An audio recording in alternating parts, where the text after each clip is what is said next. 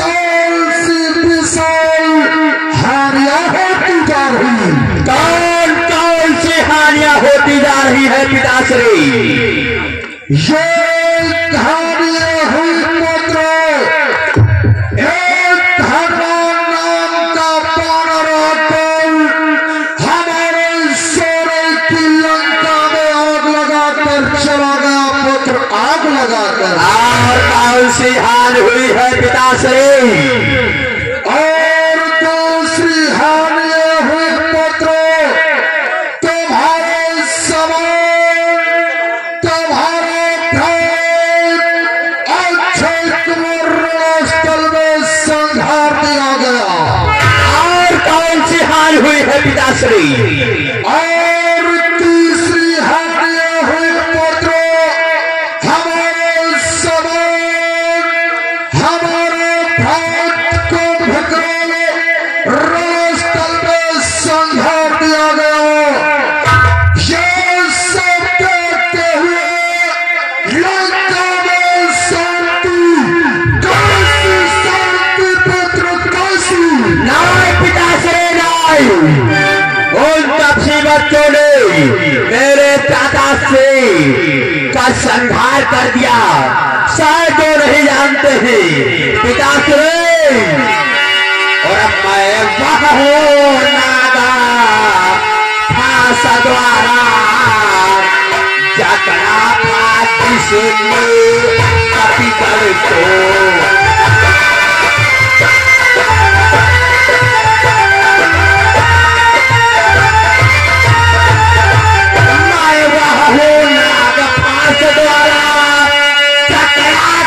जिसने कपिगढ़ को और बच गए नहीं कल ही समाप्त करते प्यार राघव लक्ष्मण को।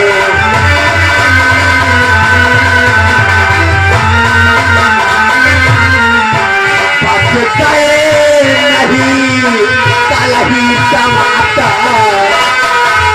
करते प्यार राघव लक्ष्मण को।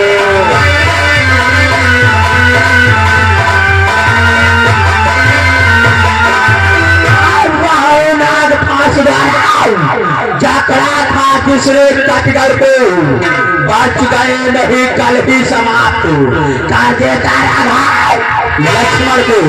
लेकिन पिताश्री उन्होंने मेरे चाचाश्री का संहार किया है। मैं भी प्रतिज्ञा करता हूँ पिताश्री, और चाचा का बदला लिए बिना तब पाता है राम मुझे।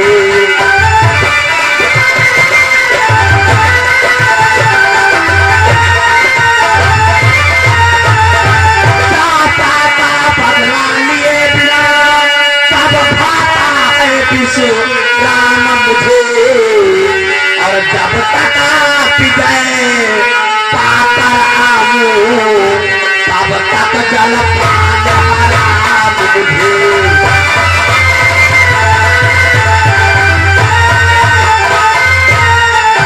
जब तक न विजय पाकर आऊं तब तक जल पान राम मुझे।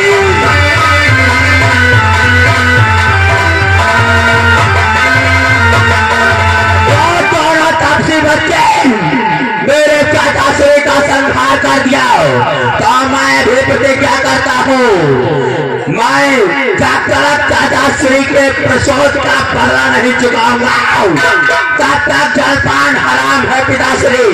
आज्ञा दो पिताश्री, आज्ञा दो।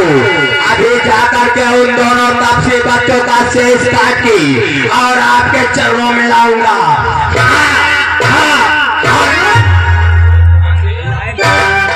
शांत हो जाओ पुत्र,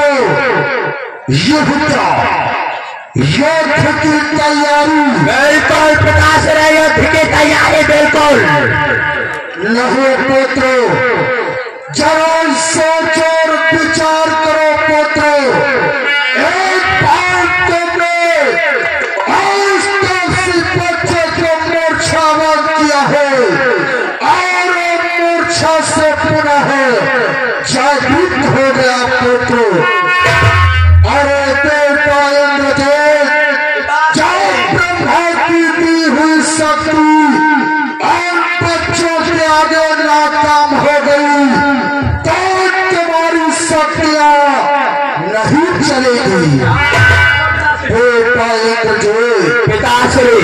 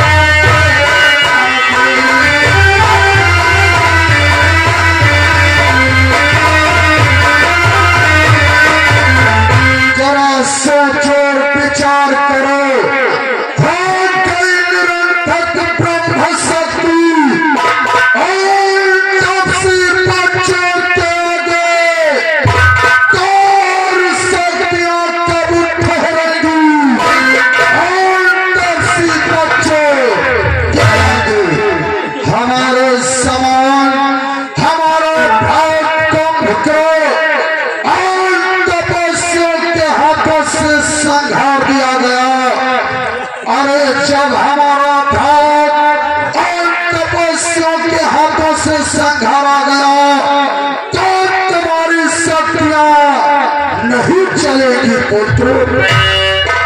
यदि राधा को जाना चाहते हो और अपने चाचा श्री का बदला लेना चाहते हो तो उससे पहले उस मार्ग को अपनाओ जिस मार्ग को अपनाने से अपनी पराजय नहीं देंगे।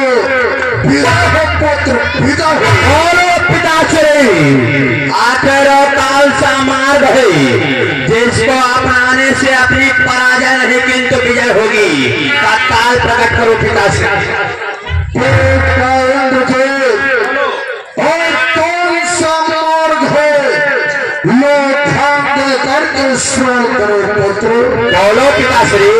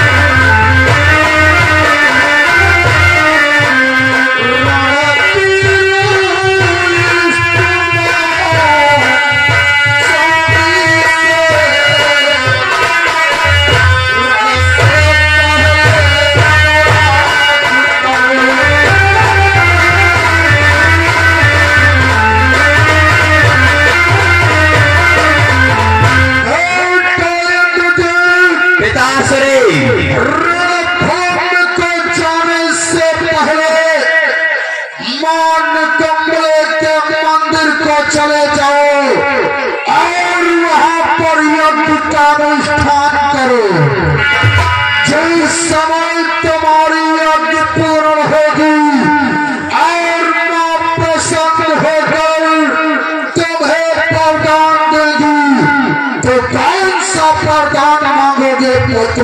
कौन सा वरदान मांगना होगा पिताश्री? एक विशाल शक्ति, और इस विशाल शक्ति के द्वारा तुम्हारी पराजय नहीं बल्कि विजय होगी पुत्र, विजय होगी। ठीक है पिताश्री, अगर आपकी आज्ञा है तो आपकी आज्ञा का पालन करना इस मेघनाथ का परम कर्तव्य है। मैं चलता हूँ सर्वप्रथम मां निकम्बले के दरबार को, और उनके दरबार में जाकर के एक विशाल यज्ञ का अनुष्ठान करूंगा पिताश्री।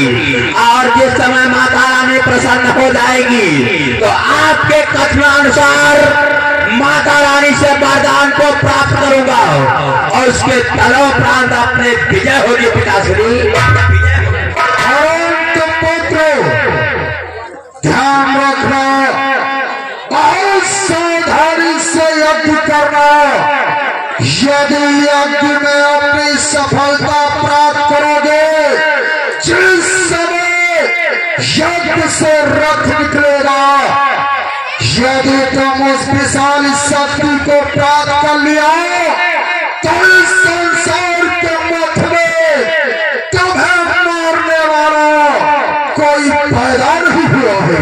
एक है पिताश्री, चलता हूँ मां निकम्बले के दरबार को, इस अपने मेघनाथ को आज्ञा और आशीर्वाद प्रदान करो पिताश्री, और मेरा प्रणाम स्वीकार करो पिताश्री। अवश्य तुम्हारी विजय होगी पुत्र, विजय होगी। और लंका के वीरों,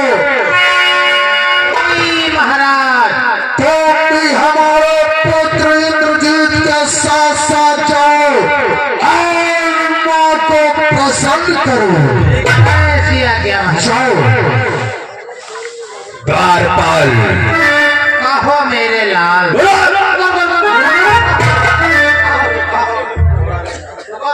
महाराज गलती हुई, गलती हुई गई। आहा महाराज। क्या रे? महाराज वाह द्वारपाल, वाह द्वारपाल, महाराज हम कहाँ को चल रहे हैं? पहुड़े क्या रे?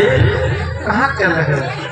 क्या मूर्ख है क्या रे? तब कहाँ के जा रहे हो तुम? द्वारपाल, कहो महाराज। मैं अपने पिता श्री की आज्ञा का पालन करने हेतु सामने मंदिर देख रहा द्वारपाल। बहुत सारे मंदिर बने हुए हैं। चलता हूँ मां निकम्बले के दरबार को, और मंदिर में चल करके द्वारपाल एक बहुत बड़ी यज्ञ का अनुष्ठान करूंगा द्वारपाल। और जिस समय माता रानी प्रसन्न हो जाएगी, उनसे एक वरदान को प्राप्त करूंगा, और जिस समय वो वरदान मुझे प्राप्त हो जाएगा द्वारपाल, इस संसार के मठ में मुझे मारने वाला कोई नहीं होगा द्वारपाल, नहीं होगा। द्वारपाल, चलो चलते हैं मां निकम्बले के दरबार को, आओ चलते द्वारपाल। क्या रे, पागल हुआ है क्या रे?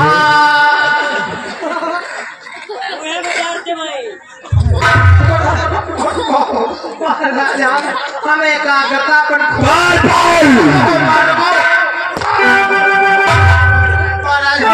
एकाग्रता खो नहीं रहा तो चल रहे हो ये किधर है? द्वारपाल, कहाँ भटक गया था रे? हम एकाग्रता खो रहे हो, हारम दिया लगे रहा। ऐसी बात है। द्वारपाल, मैं चल रहा हूँ सामने मां निकम्बले का मंदिर देख रहा है, इसमें चल रहा हूँ मां निकम्बले का एक बहुत बड़ा यज्ञ का अनुष्ठान करूंगा द्वारपाल। तो महाराज हमारी बात सुन लो। क्या है? बोल। यज्ञ मतलब हवन, बहुत बड़ा हवन करूंगा। हवन करूंगा ना? अवश्य। तो कह रहे महाराज हवन में यहाँ बहुत सामान लगे। क्यों नहीं? जब इतना बड़ा यज्ञ का अनुष्ठान होगा तो सामग्री तो अवश्य लगेगी द्वारपाल। लेकिन जानते हो कौन कौन सामग्री लगी? कुछ चीजें मुझे पता है, कुछ नहीं पता है, बतलाओ द्वारपाल। कुछ चीजें हम बताए दे। यज्ञ का अनुष्ठान होगा, अनुष्ठान में 5 क्विंटल सूखी लकड़ी लगी। क्या रे 5 कुंटल? मतलब बड़ा हवन करवाई ना। 5 कुंटल हवन बड़ा होगा ना। जत्ती वाह द्वारपाल। जत्ती लकड़ी मुर्दा जलाओ जत्ती होते। क्या रे द्वारपाल, आप शब्दों का प्रयोग मत करना, वरना आज तुम रहोगे नहीं, ध्यान रखना। मर जाओ।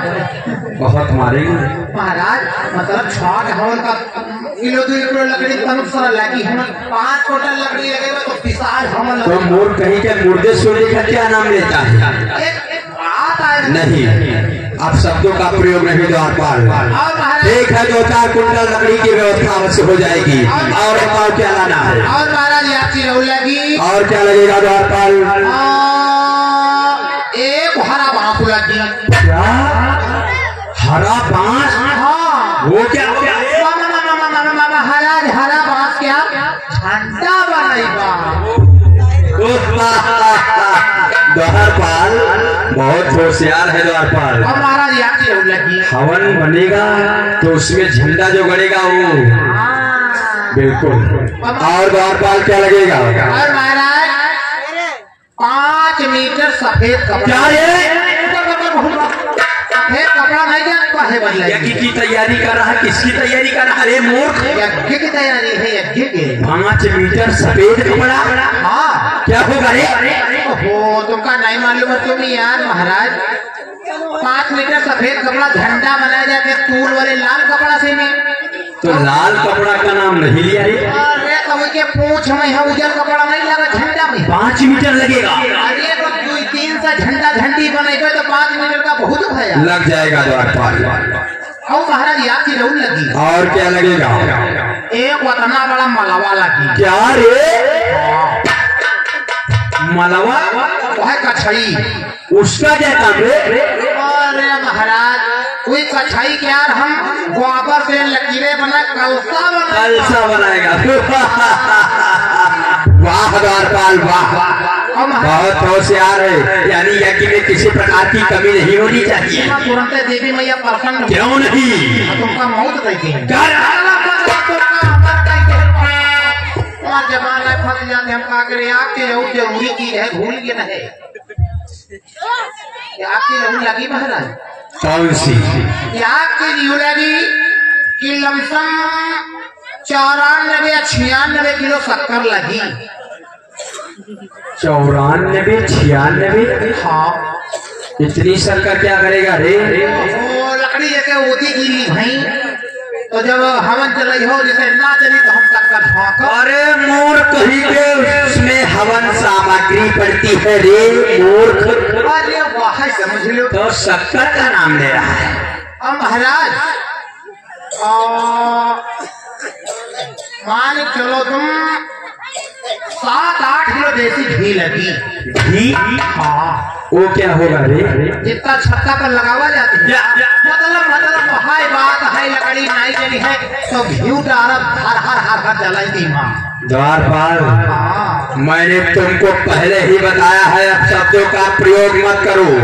मैं चलता हूँ मानिक मुनि को प्रसन्न करने के लिए, और तू यहाँ बक रहा है उल्टा सीधा। बिल्कुल ये सब यज्ञ सामान है। चलो तो हम ले आ। द्वारपाल, सारी सामग्री लेकर के मानिक मुनि के मंदिर में पहुँचो। मैं चलता हूँ और वहाँ पर सारी व्यवस्था को फिट करता हूँ। आओ द्वारपाल, जाओ। इनका पूरी मराई के सामान बताए थे, खत्म है मची है नहीं। चलो चलते हैं माता के दरबार को।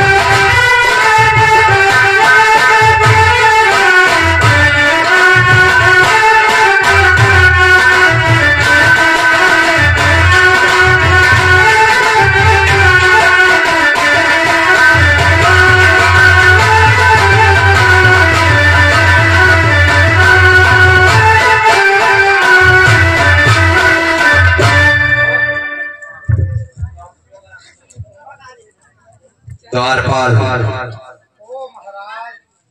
आओ बैठो। बिल्कुल